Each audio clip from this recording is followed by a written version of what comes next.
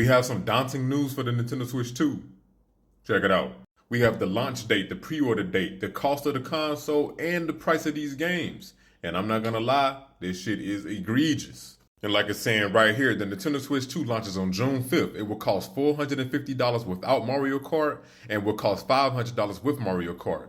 The pre-orders will begin on April 9th, and the digital copies for games.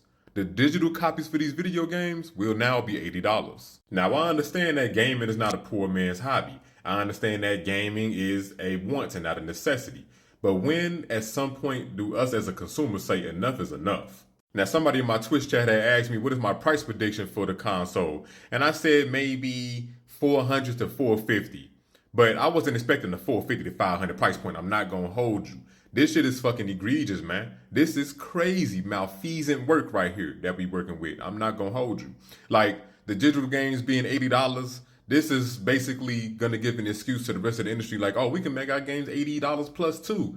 And I know a lot of people gonna be like, oh, tariffs and inflation and this, that, and the third. None of that shit matter. These companies don't have to raise these prices like this. And us as a consumer, we don't have to buy that shit either. We can always wait until the price come down. And that's what I might end up doing, man. I might just wait a few months to see if I can get the Nintendo Switch 2 at a cheaper price or fuck around and just get a pre-owned Nintendo Switch 2 because this price is egregious, man.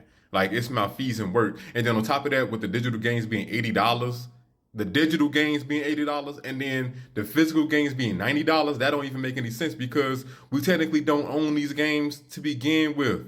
The physical copies of the game is just so you can put it into the console and download it from the internet because if you didn't know, if you don't have the internet, you can't download these games to play them.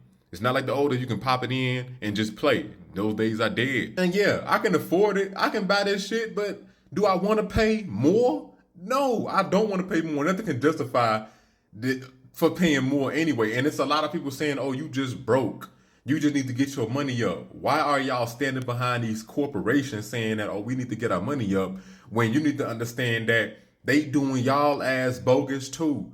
Why are you justifying to pay more for not getting much anyway? And then if the Nintendo Switch 2 don't have that many launch titles or great launch titles, why the fuck am I getting the Nintendo Switch 2 for Mario Kart when I can just go back and play 8? And then on top of that, they saying for your Nintendo Switch 1 version of games, if you want to play those on the Nintendo Switch 2, you would have to pay $20 to upgrade to play the Nintendo Switch 2 version of the games that you already own.